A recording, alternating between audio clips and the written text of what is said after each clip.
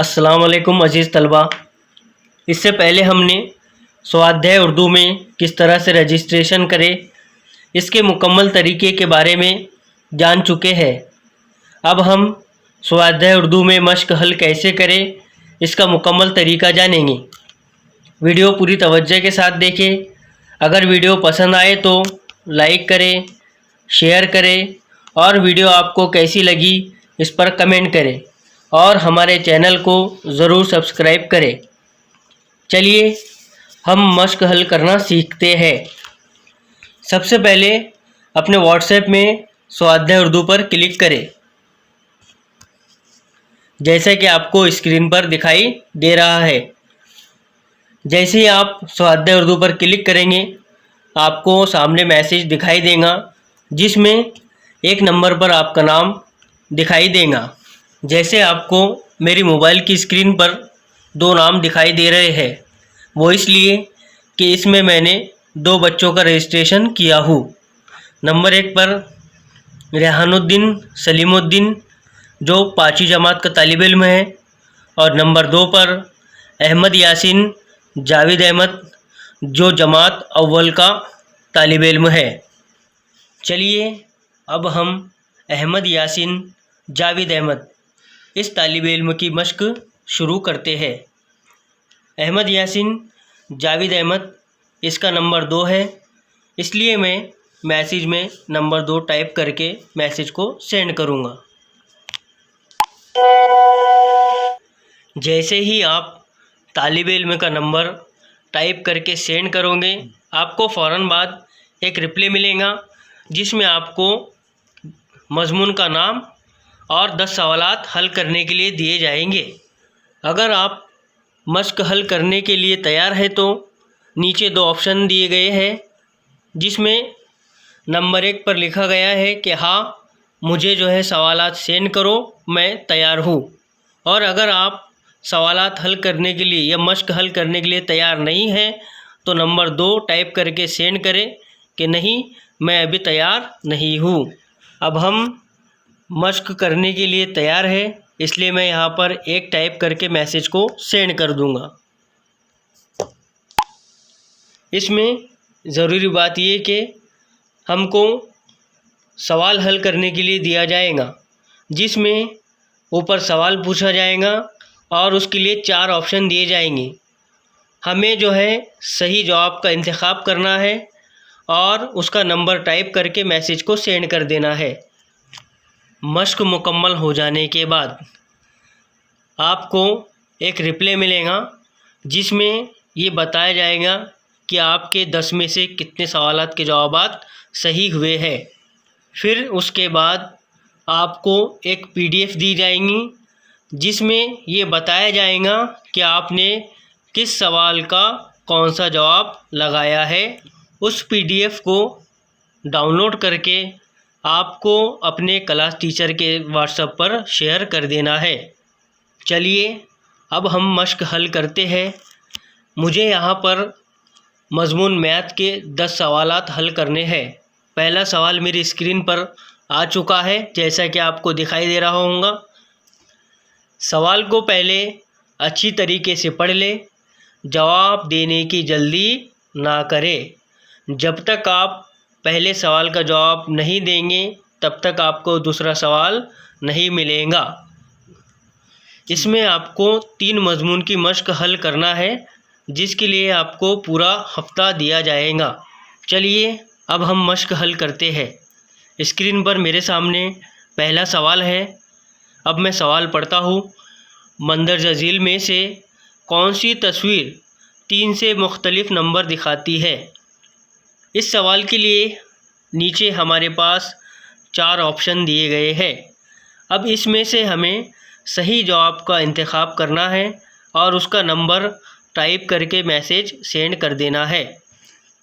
मुझे चारों तस्वीर में से एक तस्वीर को पहचानना है जो 3 से अलग है, इसलिए मैं नंबर 4 पर जो आँखों की तस्वीर दी गई है उसका इंतखाब कर रहा हूँ। और अब मैं नंबर 4 टाइप करके मैसेज को सेंड कर दूँगा।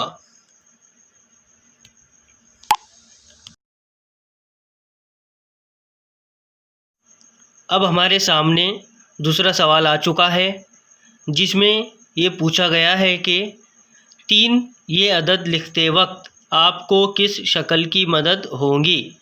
इसके लिए 4 ऑप्शन दिखाई दे रहे हैं और मुझे लगता है कि नंबर 1 जो ऑप्शन है वो सही है, क्योंकि मुझे 3 बनाते वक्त इससे मदद मिलेंगी। इसलिए मैं नंबर 1 टाइप करके अपना जवाब सेंड कर रहा हूँ। अब हमारी स्क्रीन पर तीसरा सवाल है, चलिए इसे हल करते हैं। सवाल है, दर्ज झील शक्ल में कितने हिस्सों में से कितने हिस्से रंग ज़दा है। इसके लिए भी हमें 4 ऑप्शन दिए गए हैं, जिसमें से मुझे लगता है कि नंबर 1 का जवाब सही है और वो मैं टाइप करके अपना जवाब सेंड कर रहा हूँ। फिर अब हमारे सामने चौथा सवाल आ चुका है, चलिए इसको देखते हैं। दर्ज झील अशकाल में पैरों की मुख्तलिफ तादाद वाली शक्ल कौन सी है। मुझे लगता है कि इसमें नंबर 3 जो है वो तमाम अशकाल से अलग है, इसलिए मैं नंबर 3 जवाब टाइप करके मैसेज सेंड कर रहा हूँ। अब हमारे सामने 5वां सवाल आ चुका है। सवाल है, अगर दायरे में बी से लेके ई तक खत खींचे गए तो दायरे में कुल कितने खत होंगे। मुझे लग रहा है कि इसमें 3 खत होने चाहिए, इसलिए मैं अपना जवाब नंबर 1 टाइप करके सेंड कर रहा हूँ। अब हमारे सामने छठा सवाल आ चुका है, चलिए सवाल देखते हैं। 1, 3, 5, 7, तो बताइए चौकोन में कौन सा अदद होगा। मुझे लगता है कि चौकोन में अदद 9 आएगा और मेरा जवाब नंबर 3 पर है, इसलिए मैं नंबर 3 टाइप करके मैसेज सेंड कर रहा हूँ। इसके बाद अब हमारे सामने 7वां सवाल आ चुका है, चलिए सवाल को पढ़ते हैं। 6, 5, डैश डैश डैश 9, 8 इस अददी सिलसिले में खाली जगह कौन सा अदद आएगा। मुझे लगता है इसमें 7 आना चाहिए, इसलिए मैं नंबर 1 टाइप करके मैसेज सेंड कर रहा हूँ। अब इसके बाद हमारे सामने सवाल नंबर 8 आ चुका है। सवाल देखते हैं। आपके पास 5 रुपये है, इसमें से अगर आप 3 रुपये का रबड़ और 2 रुपये की पेंसिल खरीदते हैं तो आपके पास कितने रुपए बाकी बचेंगे। यहाँ पर जवाब नंबर 4 आएगा, 0।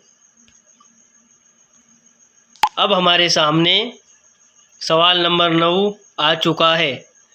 सवाल देखते हैं।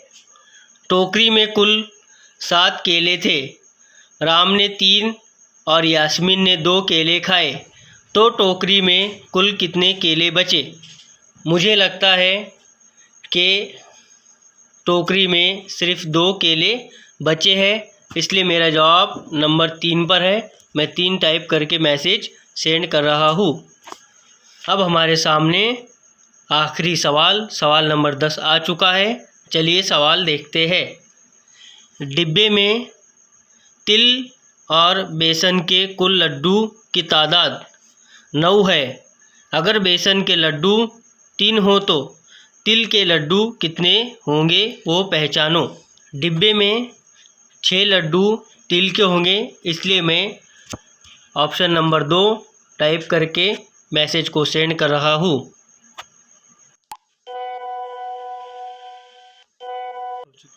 अब हमारी मश्क मुकम्मल हो चुकी है। जैसे ही हमारी मश्क मुकम्मल हो जाएगी, वैसे ही फिर हमको उसके फ़ौरन बाद एक रिप्ले मिलेगा, जिसमें हमें बताया जाएगा कि आपके 10 में से कितने सवालात के जवाबात सही है। जैसा कि आपको यहाँ पर दिखाई दे रहा है कि हमने 10 सवालात में से 9 सवालात के जवाबात सही किए हैं। इसी के फ़ौरन बाद आपको एक PDF दी जाएंगी जिसे आपको डाउनलोड करना है और उसमें देखना है कि 10 सवालात में से आपने कौन से सवाल का जवाब क्या लगाया था। इसके बाद आपको फिर दूसरे मज़मून की मश्क हल करने के लिए दी जाएंगी। जिस तरह से हमने मैथ की मश्क हल की उसी तरतीब से आपको दूसरे मज़ामिन की मश्क भी हल करना है। अल्लाह हाफिज़।